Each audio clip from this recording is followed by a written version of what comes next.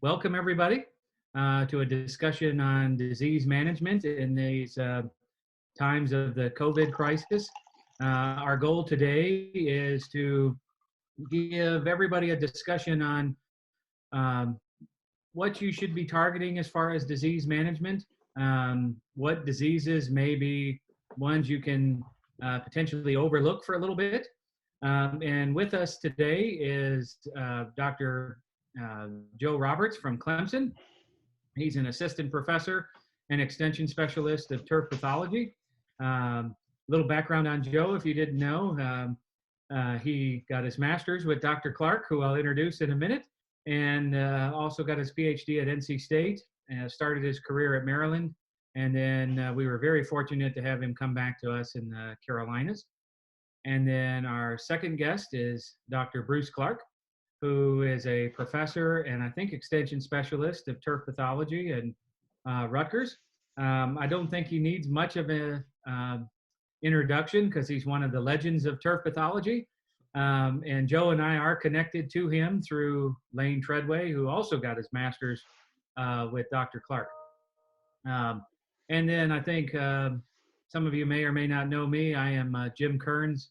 I am the turf pathologist at NC State, and I have been at NC State since 2012, but my first position was at the University of Wisconsin.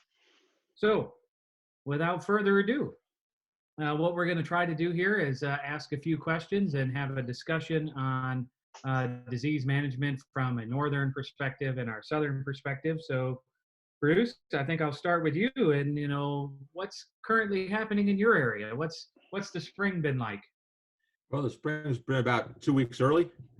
Everything's really moving along.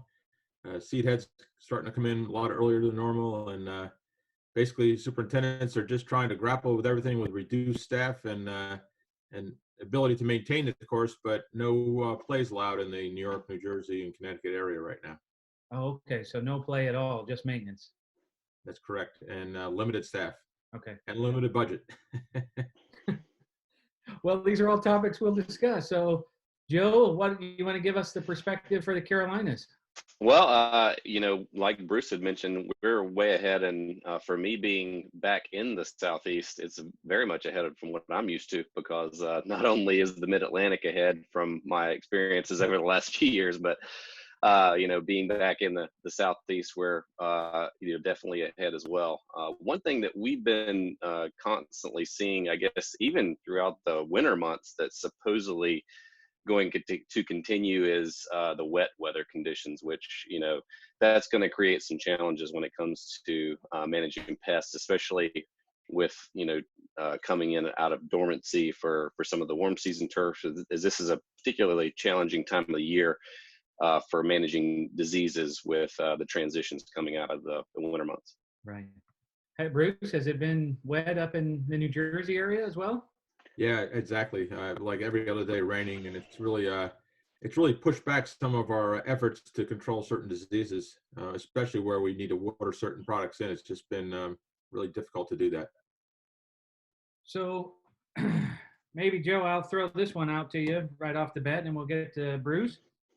So right now, what diseases do you think superintendents in the Carolinas and southern regions should be worried about?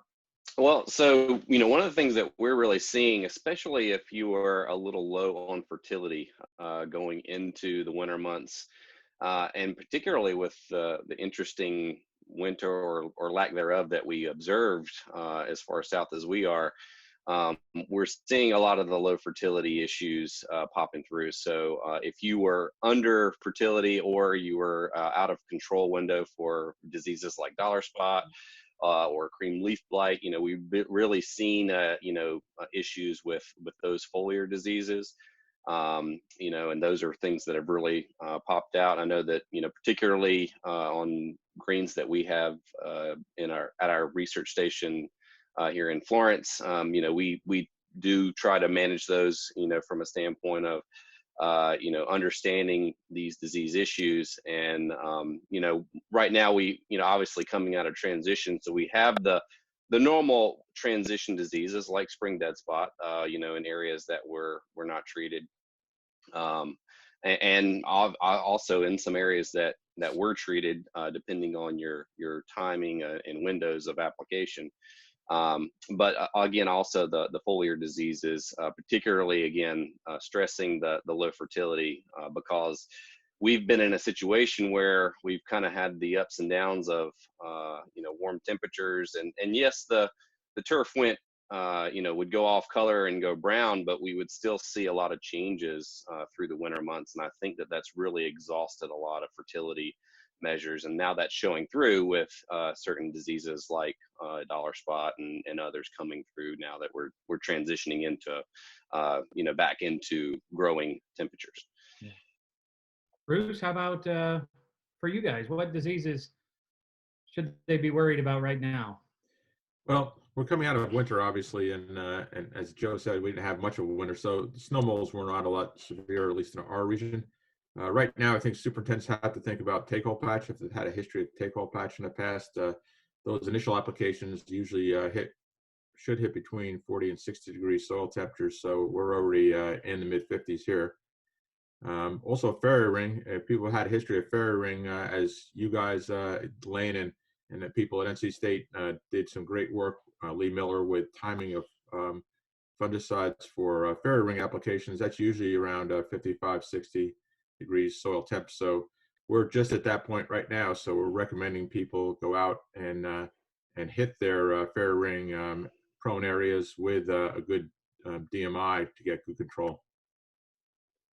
What about your areas, Jim, as far as soil temperatures and some of these disease activities? Yeah, so we've been same thing. I think Rick Brandenburg posted that we might be 3 weeks ahead of normal. So we're 63, 64 degree soil temperatures the last time I checked. So like Dr. Clarke mentioned, fairy ring, I think people should be considering. Any take-all patch up in our mountains in North Carolina, and spring applications for potentially large patch or take-all root rot of the ultra-dwarf Bermuda grasses, I think, are another consideration. So the sad thing with us, I have to report, is our lab is closed, so I don't really have a pulse of what's going on other than people submitting photos and other things. But the main one, I think, is take-all root rot I've seen on ultra-dwarf Bermuda grass. So I think, Bruce, I'll start with you on this one, given you're in the region that seems to have the most restrictions right now. This is a tough question, but are there certain diseases that superintendents should prioritize over others right now? Well, that's a great question. I think to a large extent, it depends on what the disease profile would be for each golf course. In other words, what are their major concerns? For instance, if one of the major concerns has been summer patch, that's probably one that you really can't put off. You really have to hit that with a fungicide application when the soil temperatures at a 2-inch depth are around 65 degrees or above for about a week. For us, that typically is the end of May. It may this year may be the first, second week in May. We have to take a look at that, but that's something they don't really want to hold off on. Other diseases, if I'll be honest with you, if they're following good best management practices that you and Joe and Rutgers and other people are putting out for good cultural practices, for diseases like anthracnose, I personally think that you can actually hold off until you start to see early development of that disease. And so that's something maybe superintendents could save some money and just keep an eye on what's going on and hit it hard when it shows up.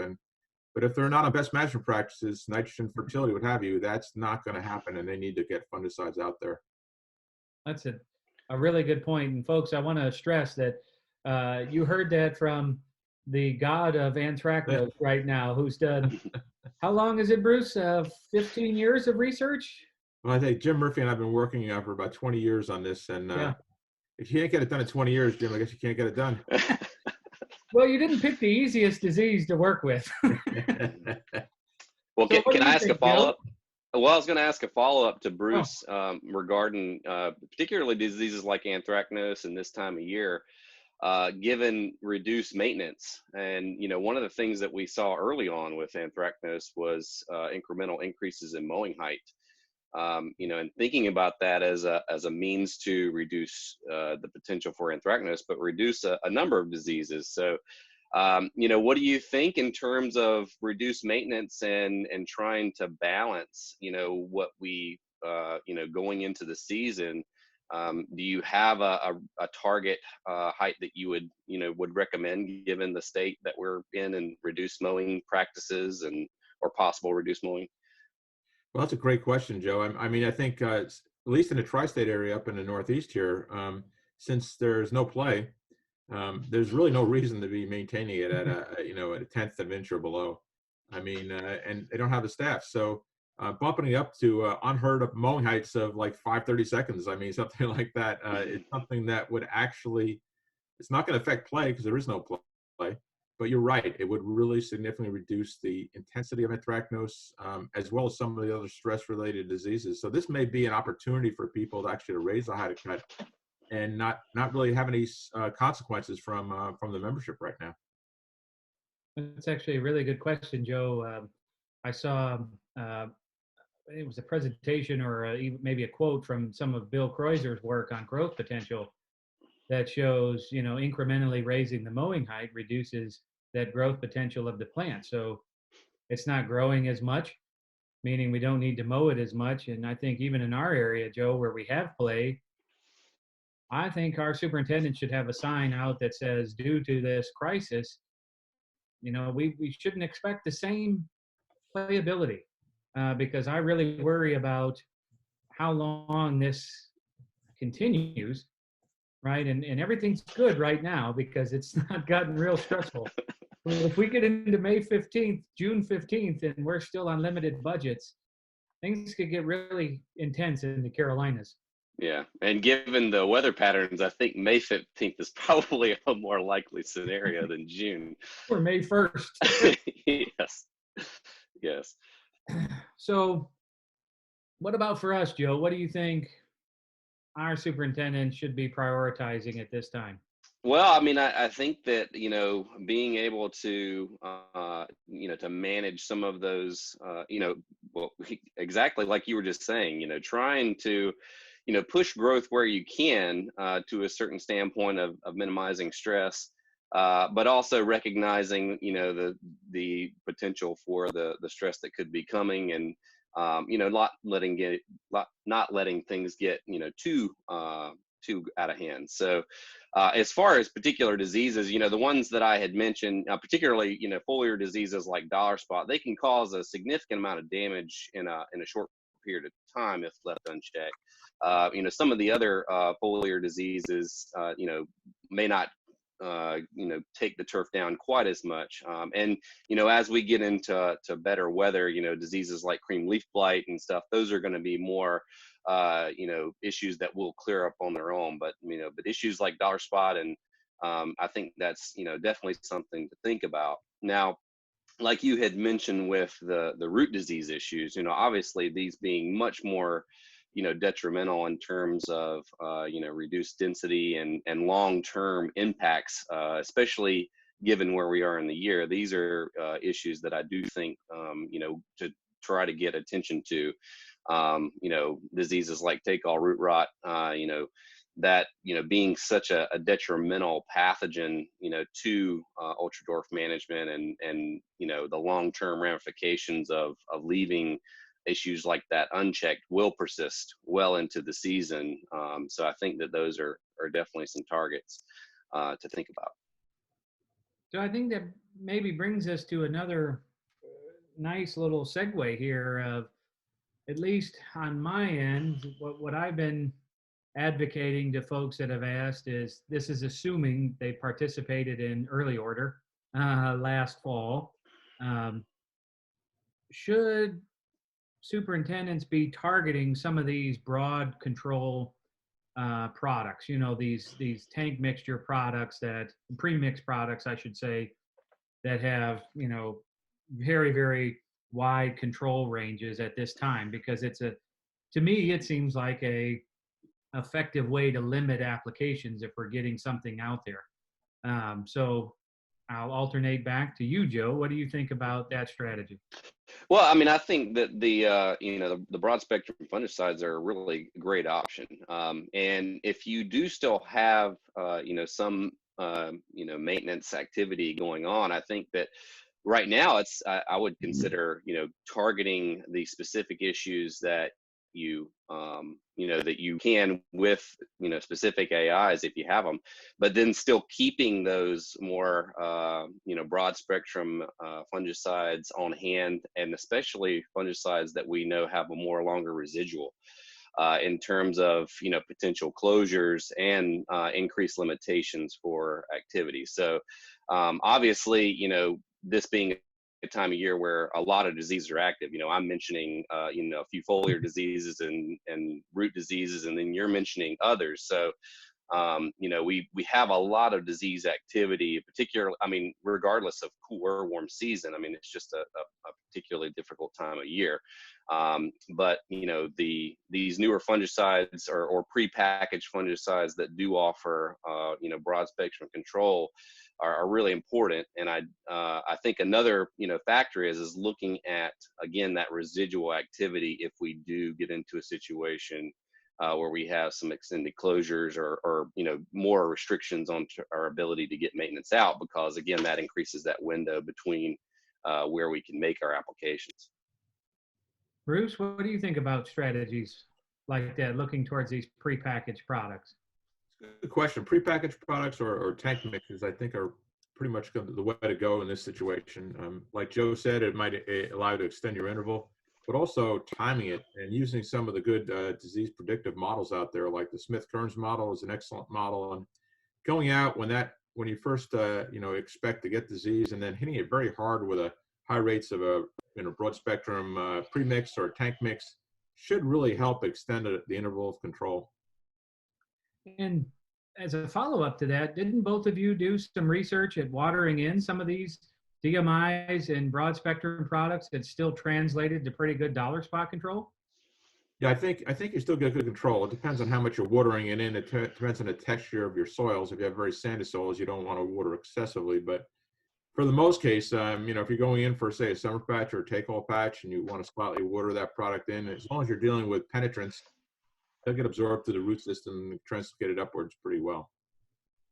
Yeah, and a lot of our work, it's also contingent on the active ingredient that's been going out. So particularly with some of the SDHIs, these have very quick rain fastness, and a lot of our work looking at watering in compounds, particularly for issues like summer patch or fairy ring, we were seeing very good or dollar spot control or foliar disease control. Even with some significant waterings, but again, it was dependent on the active ingredient or the that combination product that was applied. So I think we've hit a lot of these disease management strategies of mowing, increasing the mowing height. I think we all agree, ever so slightly, maybe targeting some of these broader spectrum fungicides. As far as fertility, I think Dr. Clarke mentioned that very well, being on these best management practices of understanding nitrogen, potassium. So is there anything else as far as management strategies you guys can think of that, may help superintendents with disease control?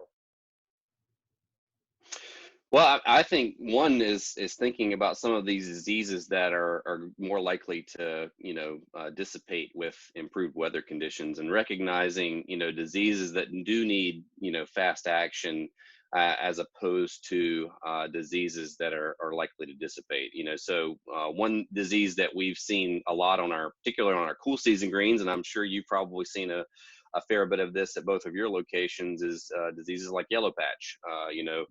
That's a very common disease issue that you see around this time of year. But again, for one, as far as curative control, it's going to be still slow to recover. And then two, it's one of those disease issues that's not hugely detrimental, more of an aesthetic issue.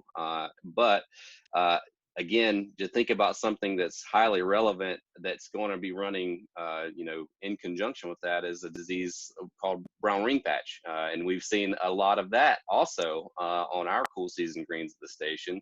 And sometimes, these two diseases can be a little bit confused just from how they look. But again, that's a disease that can cause some detrimental effects in terms of its thinning and being a little bit more aggressive, and again, recognizing diseases that are going to, end up dissipating as we get into more improved weather conditions versus those that do need immediate action is something important to think about in your management strategies moving forward. Yeah, I think from the perspective of the Northeast, I think we're obviously very rainy now, but if we're going to dry down later on, if it stays the way it is with reduced manpower, people will be forced to use more heads and less hand watering. So may not be able to do any hand watering. And so I think it's key not to overwater areas where you're using heads only. But you really want to avoid drought stress because that'll just drive some diseases like anthracnose. Right, right. So let me add this one because I think it's probably the $64 million question because we're right in this time of year. Should they be considering the aerification right now? Especially in your region, Bruce. Yeah, that's a very good question. I think it all depends on a course by course basis. Do they have the manpower to do it? It's very time consuming. But they're getting to the point now where this is when they'd be doing it. So I'm actually going to be on a conference call tomorrow on that. We'll see what people are doing, but that's going to be a decision the superintendents are going to have to grapple with very soon in Northeast. So as a follow-up there, what do you think if they skip, at least maybe just one this year? I mean, what do you think the ramifications for disease management would be? Do you think it would be that great? Well, from the standpoint of diseases like, anthracnose, what have you, I don't think it'll be that great if it's just simply skipping one application during a critical crisis like this. But it's obviously something that you don't want to just take out of your program for the long term. Right. Joe, what do you think? I would concur with Bruce, and I've during my time in the Mid-Atlantic, there were a couple of years where certain groups had tried to limit aerifications during particular times of year to increase play. And obviously aerification having a big impact there. But again, from a warm season management perspective, I mean, I'm sure you're seeing it as well. We're seeing aerifications, or cultivation practices that are already underway. And obviously when we're thinking about, accumulation and timing, there can be some detriment, given our greens that we have managed here on the station. We've one thing that I've noticed early on is that we have a lot of accumulation, with limited maintenance in this case. So I think again, it's just a balance of where your core stands and in terms of your ability and manpower to do these practices. I agree. Yeah, and I agree as well. And I've been maybe stressing people to continue with something that's mechanized like top dressing. I think almost every research project has shown, from yours, Bruce, to stuff that Joe and I have done, how important that top dressing is for disease management. And nowadays, I think can be done, with a skeleton crew pretty easily with the mechanization out there. So one interesting question, there was a PBI Gordon got together and developed a little, one-page handout. And it's something I didn't really think about until they brought it up of what about these courses that may not quite have the budget for some of the heavy hitter fungicides, maybe didn't participate in early order. Do you think these phosphites and phosphonate materials are maybe a viable alternative this time of year? You want me to touch on that one first? Sure. Yeah, I think you're dealing with obviously phosphites in general are pretty economical. We have a lot of people using them on a pretty regular basis. I think they're great for suppression of diseases such as anthracnose and obviously Pythium. They are fairly short-lived. For us, usually about a 14-day window.